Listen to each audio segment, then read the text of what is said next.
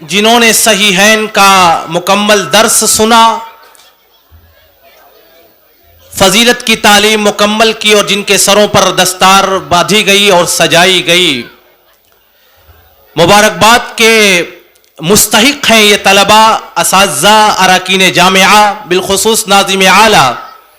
کہ جن کی کوششوں کے بدولت اور جن کے طفیل آج ہم اس صحن میں اپنا یہ آخری پروگرام منعقد کر رہے ہیں۔ عزیزوں، اللہ سبحانہ و تعالیٰ کا یہ خاص انتخاب ہوتا ہے کہ اللہ تعالیٰ اپنے بندوں میں سے کچھ خاص لوگوں کو علم کے لیے اور خصوصی طور سے علم دین کے لیے چنتا ہے۔ یہ اتفاقی بات نہیں ہوتی کہ اللہ جس کو چاہے علم دے دے، علم کی دولت سے مالا مال کر دے، بلکہ یہ اللہ تعالیٰ کا انتخاب ہوتا ہے۔ قرآن مجید کے اندر اللہ سبحانہ و تعالیٰ ارشاد فرماتا ہے، یؤتی الحکمۃ من یشاء ومن یؤت الحکمۃ فقد اوتی خیرا کثیرا۔ اللہ سبحانہ و تعالیٰ جس کو چاہتا ہے علم سے، حکمت سے نوازتا ہے، اور جس آدمی کو اللہ تعالیٰ حکمت سے نواز دے، جس آدمی کو علم کی دولت مل جائے، فقط اوتی خیرا کثیرا، تو اس کو بہت بڑی دولت ملی ہے، اس کو بہت بڑی نعمت ملی ہے۔ قرآن مجید کی اس آیت کریمہ کی تفسیر میں علامہ طبری نے حضرت عبداللہ ابن عباس رضی اللہ تعالی عنہ کا قول نقل کیا ہے، فرماتے ہیں کہ یہاں پر حکمت سے مراد قرآن کریم کی معرفت ہے، قرآن کے ناسخ و منسوخ کا علم، قرآن کے محکم اور متشابہ کا علم، قرآن کے مقدم اور مؤخر آیات کا علم، قرآن کے حلال اور حرام احکامات کا علم مراد ہے۔ وَمَن يُؤْتَ الْحِکْمَةَ، جس آدمی کو حکمت دے دی گئی، جس آدمی کو قرآن کا علم دیا گیا، جس آدمی کو ناسخ و منسوخ کا علم عطا کر دیا گیا، جو آدمی شریعت کے احکامات اور حلال و حرام کو سمجھنے لگ گیا، فقط اوتی خیرا کثیرا، تو اس کو بہت بڑا خیر مل چکا ہے، بہت بڑی بھلائی وہ حاصل کر چکا ہے، اللہ تعالیٰ کی بہت بڑی نعمت اسے ملی ہے۔ امام بخاری رحمۃ اللہ علیہ نے صحیح البخاری جلد اول کے اندر حضرت معاویہ رضی اللہ تعالی عنہ کی سند سے ایک حدیث نقل کی ہے، فرماتے ہیں اللہ کے رسول صلی اللہ علیہ وسلم نے ارشاد فرمایا کہ من یرید اللہ بہ خیرا یفقہہ فی الدین، اللہ تعالیٰ جس کے ساتھ خیر کا ارادہ کرنا چاہتا ہے اسے دین کا علم، دین کی فقہ، دین کی سمجھ اور دین کا علم اور شرعی علوم سے نواز دیتا ہے۔ تو بتانے کا مقصد یہ ہے کہ اللہ تعالیٰ نے اگر آپ آج علم دین کی دولت سے نوازا ہے، آپ کو یہ اعزاز بخشا ہے کہ آپ طالب علم ہیں، بلکہ آپ نے فضیلت کی تکمیل کی ہے اور قرآن کریم کے حفظ کی تکمیل کی ہے، تو یہ اللہ تعالیٰ کی بہت بڑی نوازش ہے، بہت بڑی عنایت ہے، اور اللہ تعالیٰ کے آپ منتخب کردہ بندے ہیں۔ بہرحال قرآن مجید کی جو آیت کریمہ میں نے آپ کے سامنے تلاوت کی ہے، اسی آیت کی تفسیر کر کے میں اپنی بات کو ختم کروں گا۔ بہت لمبی اور چوڑی تقریر نہیں کرنے والا، میرے علاوہ دو مہمان مقررین موجود ہیں اور انشاءاللہ العزیز آپ ان کے بیانات کو سنیں گے۔ قرآن مجید کی جو آیت کریمہ سورۃ الحشر کی میں نے آپ کے سامنے تلاوت کی ہے، اس آیت میں اللہ سبحانہ و تعالی نے قرآن مجید سے متعلق ارشاد فرمایا کہ لو انزلنا هذا القرآن على جبل لرأيته خاشعا متصدعا، اگر ہم نے اس قرآن کو کسی پہاڑ کے اوپر نازل کیا ہوتا تو آپ دیکھتے کہ وہ پہاڑ اللہ کے خوف سے ٹکڑے ٹکڑے، ریزے ریزے، ذرے ذرے اور چور چور ہو جاتا۔ یہ قرآن جو آپ نے دلوں میں سجایا ہے، جس کو یاد کیا ہے، جس کو آپ نے حفظ کیا ہوا ہے، اس کی تاثیر اللہ سبحانہ و تعالی بیان کرتے ہوئے کہتا ہے اگر پہاڑ پر نازل کر دیا جاتا، اور صحیح بات ہے قرآن مجید کے اندر وہ تاثیر موجود ہے۔ نبی کائنات جناب محمد رسول اللہ صلی اللہ علیہ وسلم کے اوپر اس قرآن کی جب وحی نازل ہوا کرتی تھی تو اس کے اندر اتنی تاثیر ہوتی تھی، اتنی عظمت ہوتی تھی، اتنی ثقالت ہوتی تھی، اتنی طاقت ہوا کرتی تھی کہ صحیح البخاری جلد اول کی ایک روایت میں حضرت عائشہ رضی اللہ تعالی عنہا فرماتی ہیں وَإِنِّي لَرَأَيْتُهُ فِي الْيَوْمِ الشَّدِيدِ الْبَرْدِ فَيَفْسِمُ عَنْهُ وَإِنَّ جَبِينَهُ لَيَتَفَسَّدُ عَرَقًا، میں نے اللہ کے رسول صلی اللہ علیہ وسلم کو دیکھا کہ جب قرآن کی آیات آپ کے اوپر نازل ہو رہی تھیں، سخت ٹھنڈی کا زمانہ ہے، کڑاکے کی وہ ٹھنڈی ہے، وَإِنَّ جَبِينَهُ لَيَتَفَصَّدُ عَرَقًا، لیکن ٹھنڈی کے اس عالم میں بھی، سخت کڑاکے کی اس ٹھنڈی میں بھی جب وحی کا سلسلہ رکتا اور تھمتا، آپ کی پیشانی پسینے سے تر بتر ہو جاتی تھی، آپ کی پیشانیوں سے پسینہ آنے لگتا تھا۔ اور صحیح البخاری جلد دوم کتاب التفسیر کی ایک روایت میں حضرت زید ابن ثابت رضی اللہ تعالی عنہ کے بارے میں آتا ہے، رسول پاک صلی اللہ علیہ وسلم کے اوپر قرآن مجید کی جب کوئی آیت نازل ہوا کرتی، اللہ کے رسول صلی اللہ علیہ وسلم حضرت زید ابن ثابت کو بلواتے، کاتبین وحی میں سے کسی کاتب صحابی کو بلواتے۔ زید ابن ثابت سے روایت ہے کہ اللہ کے رسول نے مجھے بلوایا، قرآن مجید کی آیت کریمہ نازل ہو رہی تھی، لا يستوي القاعدون من المؤمنین غیر اولی الضرر والمجاہدون فی سبیل اللہ۔ جب یہ آیت کریمہ نازل ہوئی، حضرت زید ابن ثابت رضی اللہ تعالی عنہ کو اللہ کے رسول نے بلوایا، اور حضرت زید ابن ثابت رسول پاک سے بالکل قریب ہو کر کے بیٹھتے ہیں۔ اللہ کے رسول کا پاؤں، آپ کا پاؤں حضرت زید ابن ثابت کے پاؤں اور ران کے اوپر پڑتا ہے۔ وحی کا سلسلہ ابھی جاری تھا، اللہ کے رسول کے اوپر وحی کی یہ آیات نازل ہوتی ہیں، لا يستوي القاعدون من المؤمنین۔ حضرت زید ابن ثابت فرماتے ہیں، فخفت ان ترد فخذی، مجھے ڈر ہوا کہ وحی کی وجہ سے رسول پاک کا جسم اتنا بوجھل ہو گیا تھا، وحی کی ثقالت کی بنیاد پر مجھے اس بات کا ڈر ہوا کہیں ایسا نہ ہو کہ میری ران کی ہڈیاں چور چور ہو جائیں۔ فخفت ان ترد فخذی، مجھے ڈر ہوا، اللہ کے رسول کا جسم اتنا بوجھل ہوا، اتنا بوجھل ہوا کہ مجھے ڈر محسوس ہوا کہ کہیں میری ران کی ہڈی چور نہ ہو جائے۔ قرآن کی عظمت، قرآن کی جب وحی نازل ہوتی اتنی ثقالت ہوا کرتی تھی کہ مسند احمد کی ایک روایت میں آتا ہے، حضرت اسماء بنت یزید اس حدیث کی راویہ ہیں، فرماتی ہیں جب اللہ کے رسول صلی اللہ علیہ وسلم کے اوپر سورۃ المائدہ کی آیات نازل ہو رہی تھی، اللہ کے رسول اپنی اونٹنی عذبہ کے اوپر سوار تھے، عذبہ نامی اونٹنی کے اوپر سوار تھے، سورۃ المائدہ کی آیات اور وحی نازل ہوتی ہیں، حضرت اسماء فرماتی ہیں ایسا لگ رہا تھا کہ اونٹنی کا پاؤں بوجھل ہونے کی وجہ سے ٹوٹ جائے گا، اونٹنی کا پاؤں ایسا لگ رہا تھا اور ایسا محسوس ہو رہا تھا کہ اونٹنی کا پاؤں کہیں بوجھل ہونے کی وجہ سے اللہ کے رسول کا جسم اتنا بوجھل ہوا، وحی کے اندر اتنی تاثیر ہوتی تھی، اتنی قوت ہوا کرتی تھی، مجھے ڈر ہوا کہ کہیں اونٹنی کا پاؤں ٹوٹ نہ جائے۔ اس طریقے سے بتلانے کا مقصد یہ ہے کہ رسول پاک صلی اللہ علیہ وسلم کے اوپر جو قرآن نازل ہوا اس کے بارے میں اللہ سبحانہ و تعالی ارشاد فرماتا ہے، لو ان قرآنا سجرت به الجبال او قطعت به الارض او کلم به الموتى، اس قرآن کے اندر اللہ نے اتنی تاثیر رکھی ہے کہ اگر اس قرآن کے ذریعے سے پہاڑوں کو چلایا جائے، وہ جامد پہاڑ، وہ ساکت پہاڑ، وہ ساکن پہاڑ جو اپنی جگہوں سے حرکت نہیں کر سکتے، سجرت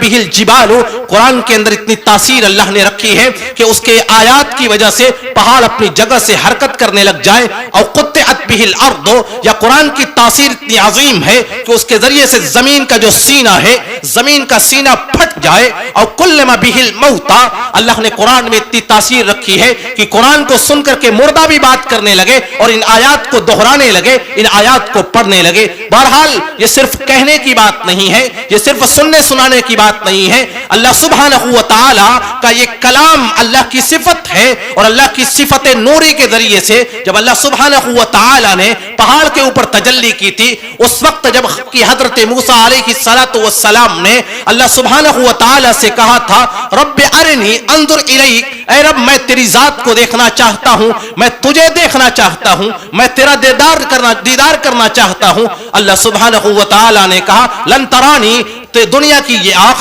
اے موسیٰ تمہاری یہ آنکھ مجھے دیکھنے کی صلاحیت نہیں رکھتی، ولیکن انظر الی الجبل، لیکن تو پہاڑ کی جانب دیکھو، پہاڑ کی جانب اپنی نگاہ ڈالو۔ حضرت موسیٰ علیہ السلام کو اللہ نے حکم دیا کہ پہاڑ کو دیکھو، اور پہاڑ کے اوپر فلما تجلی ربہ للجبل جعلہ دقا وخر موسیٰ صعقا، اللہ سبحانہ و تعالی کی کا نور کی تجلی, اللہ جب اپنے نور کی تجلی پہاڑ کے اوپر فرماتا ہے تو قرآن کریم کے اندر اللہ سبحانہ و تعالی کہتا ہے فلما تجلی ربہ للجبل, جب تمہارے رب نے پہاڑ کے اوپر تجلی کی تھی, جعلہ دکا, وہ پہاڑ ریزہ ریزہ چکنا چور ہو گیا, وخر موسیٰ صعقا, اور اللہ کا وہ جلیل القدر پیغمبر, وہ مضبوط پیغمبر, وہ بہادر پیغمبر کہ جس کی طاقت و قوت کا عالم یہ تھا. روایات میں آتا ہے حضرت موسیٰ علیہ السلام نے صرف ایک گھوسا اس پتھر کو مارا تھا, جو پتھر ان کا کپڑا لے کر کے بھاگنے لگا تھا. صحیح بخاری کی روایت میں آتا ہے وَإِنَّهُ لَنَدْبٌ بِالْحَجَرِ, پتھر کے اوپر نشان پڑ جاتا ہے حضرت موسیٰ کی مار کا. حضرت موسیٰ وہ جلیل القدر پیغمبر کہ جب ایک قبطی اور اسرائیلی آپس میں لڑ رہے تھے, حضرت موسیٰ جھگڑا چھڑانے کے لیے جاتے ہیں. فلما وقدہ موسیٰ فقضا علیہ, حضرت موسیٰ نے اسرائیلی قبطی کو ایک گھوسا مارا تھا اور قبطی وہیں پر زمین پر ڈھیر ہو کر کے گر کر کے مر گیا تھا. وہ حضرت موسیٰ اللہ کا وہ جلیل القدر پیغمبر کہ جن کے بارے میں روایات میں آتا ہے, صحیح مسلم کی روایت میں آتا ہے اللہ کے رسول صلی اللہ علیہ وسلم ارشاد فرماتے ہیں جب ملک الموت حضرت موسیٰ علیہ السلام کی روح کو قبض کرنے کے لیے آتا ہے, ملک الموت کو حضرت موسیٰ نے گھوسا مارا تھا اور ملک الموت کی آنکھ پھوٹ گئی تھی. بہرحال اللہ کا یہ جلیل القدر پیغمبر جب اللہ کے نور کی تجلی اس پہاڑ کے اوپر ہوتی ہے, قرآن کہتا ہے فلما تجلی ربہ للجبل جعلہ دکا وخر موسیٰ صعقا, جب تمہارے رب کی تجلی پہاڑ کے اوپر ہوتی ہے وہ پہاڑ ریزہ ریزہ ہو جاتا ہے, وہ پہاڑ چکنا چور ہو جاتا ہے اور اللہ کا وہ جلیل القدر پیغمبر, وہ بہادر پیغمبر بے ہوش ہو کے زمین پر گر پڑتا ہے. بہرحال تو یہ تو اللہ کے نور کی تجلی تھی, یہ اللہ کی صفت ہے. اللہ کی صفت کلامی میں بھی وہی تاثیر ہے, وہی طاقت ہے. اسی قرآن کی وجہ سے عرب کے بڑے بڑے جو چگادری تھے, بڑے بڑے چودھری تھے, بڑے بڑے دشمنان اسلام تھے, قرآن کی تاثیر سے متاثر ہوئے اور قرآن کے مبلغین میں قرآن کے مبلغ بن گئے. نبی کائنات جناب محمد رسول اللہ صلی اللہ علیہ وسلم نے ارشاد فرمایا, صحیح مسلم کی ایک روایت میں آتا ہے کہ قرآن کریم کی جو تاثیر ہے یا اللہ کے نام میں, اللہ کے کلام میں جو تاثیر ہے وہ صرف پچھلے زمانوں میں نہیں تھی بلکہ ہمیشہ رہے گی اور آخر کے ادوار تک رہے گی. صحیح مسلم کی ایک روایت حضرت ابو ہریرہ رضی اللہ تعالی عنہ فرماتے ہیں اللہ کے رسول صلی اللہ علیہ وسلم نے اپنے صحابہ سے سوال کیا اور کہا هل سمعتم بمدینة جانب منها في البر وجانب منها في البحر, اے میرے صحابہ کیا تم نے اس شہر کے بارے میں کبھی سنا ہے جس شہر کے ایک جانب دریا ہے, جس شہر کے ایک جانب سمندر ہے اور جس شہر کے دوسرے جانب خشکی واقع ہے. اللہ کے رسول صلی اللہ علیہ وسلم کا یہ سوال قسطنطنیہ شہر کے بارے میں تھا جس کے اوپر مسلمانوں کی حکومت ہے, لیکن اللہ کے رسول فرماتے ہیں آخری دور میں یہودی اس کے اوپر غالب آ جائیں گے, کیونکہ شہر قسطنطنیہ جس کا جدید نام استنبول ہے یہ دو بر اعظموں کا سنگم ہے, بر اعظم ایشیا اور بر اعظم افریقہ کو جوڑتا ہے, اور آخر زمانے میں یہودی اس بر اعظم کے اس شہر کے اوپر قبضہ کر لیں گے تاکہ دونوں بر اعظموں کے اوپر اپنے تجارتی کاز کو اور کام کو پھیلانے میں آسانی ہو. اور فلسطین کو اسی لیے ٹارگٹ کیا گیا ہے, یہودیوں نے فلسطین پر قبضہ کرنے کی اسی لیے بھی پلاننگ کی, تجارتی مقصد ان کا یہ تھا کہ چونکہ فلسطین تین بر اعظموں کا مرکز ہے, بر اعظم ایشیا, بر اعظم افریقہ اور بر اعظم یورپ, اور ساتھ ہی ساتھ فلسطین کے کنارے میڈیٹرینین سی ہے, دریائے بحر ابیض متوسط موجود ہے جس کے ذریعے سے پورے دنیا کے اندر مال کی سپلائی ہو سکتی ہے. بہرحال آخر زمانے میں جب یہودی فلسطین کے بلکہ استنبول کے اوپر قابض ہو جائیں گے, شہر قسطنطنیہ کے اوپر, اللہ کے رسول صلی اللہ علیہ وسلم اسی شہر قسطنطنیہ کے بارے میں فرماتے ہیں کہ لا تقوم الساعہ حتی یغزوها 70,000 من بنی اسحاق, قیامت قائم نہیں ہوگی یہاں تک کہ شہر استنبول کو اور قسطنطنیہ کو فتح کرنے کے لیے بنو اسحاق کے 70,000 افراد روانہ ہوں گے, ایک اسلامی لشکر روانہ ہوگا. فلم یقاتلوا بسیف ولم یربو بسحم, مسلمان تیر اور تلوار چلا کر کے اس شہر کو فتح نہیں کریں گے, بلکہ روایات میں آتا ہے رسول پاک صلی اللہ علیہ وسلم فرماتے ہیں کہ لا الہ الا اللہ واللہ اکبر کی صدائیں اور نعرے مسلمان بلند کریں گے، اللہ کا نام سن کر کے، اس کے کلام کو سن کر کے، اس کے اس کلمے کو سن کر کے شہر کی فصیلوں اور دیواروں میں لرزہ طاری ہو جائے گا، شہر کی دیواریں لرزہ کھانے لگ جائیں گی اور کپ کپا کر کے زمین کے اوپر گر جائیں گی۔ پھر اس کے بعد مسلمان لا الہ الا اللہ کی صدائیں بلند کریں گے اور شہر کے دوسرے جانب کی اور پھر اس کے بعد تیسرے جانب کی دیواریں زمین کے اوپر آ کر کے گر جائیں گی، زمین بوس ہو جائیں گی۔ پھر مسلمان اس شہر قسطنطنیہ میں فاتحانہ انداز میں داخل ہوں گے۔ بہرحال بتلانے کا مقصد یہ ہے کہ اللہ سبحانہ و تعالی نے جو کہا ہے لو انزلنا هذا القرآن على جبل لرأيته خاشعا متصدعا، اگر ہم نے اس قرآن کریم کو کسی پہاڑ پر نازل کیا ہوتا تو قرآن کی تاثیر اس پہاڑ کے سینے کو چاک کر دیتی اور پہاڑ کی پشت کو توڑ پھوڑ کر کے رکھ دیتی، پہاڑ ریزہ ریزہ اور چکنا چور ہو جاتا۔ لیکن کیا وجہ ہے کہ قرآن ہمارے اوپر نازل ہوا، قرآن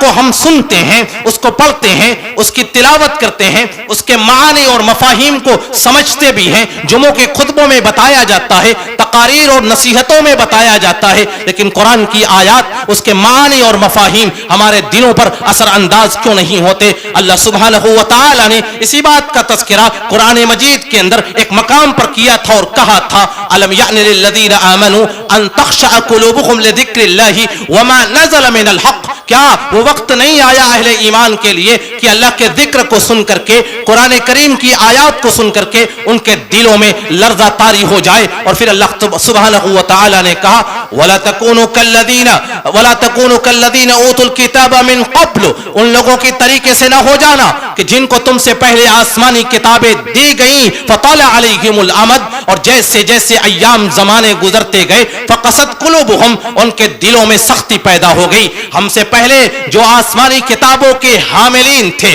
جیسے جیسے کتاب کے نزول سے ان کا زمانہ دور ہوتا گیا، قرآن کہتا ہے فَقَسَتْ قُلُوبُهُمْ، ان کے دلوں میں سختی پیدا ہو گئی، ان کے دلوں میں قسوت پیدا ہو گئی، قساوت پیدا ہو گئی، غلظت و سختی پیدا ہوئی، جس کی وجہ سے قرآنی آیات، آسمانی کتابوں کی آیات ان کے اوپر اثر انداز نہیں ہو رہی تھی۔ اسی لیے اللہ سبحانہ و تعالی نے یہی بات قرآن مجید کے اندر کہی اور کہا ثم قست قلوبکم من بعد ذلك فهي كالحجارہ، تمہارے دل اتنے سخت ہو گئے کہ پتھروں سے زیادہ سخت ہوئے، پتھر سے پانی اور دریا بھی بہ پڑتا ہے، لیکن تمہارے دلوں میں اتنی سختی پیدا ہو گئی کہ قرآن کریم کی آیات اس کے اوپر اثر انداز نہیں ہوتی۔ بہرحال ایک آیت کریمہ میں نے پڑھی تھی، اسی آیت کریمہ کی تفسیر میں نے آپ کے سامنے رکھی۔ اللہ سبحانہ و تعالی فرماتا ہے لو انزلنا هذا القرآن على جبل لرأيته خاشعا متصدعا، اگر قرآن پہاڑ پر نازل ہوا ہوتا پہاڑ بھی چکنا چور ہو جاتا۔ اللہ سبحانہ و تعالی نے اس کی مثالیں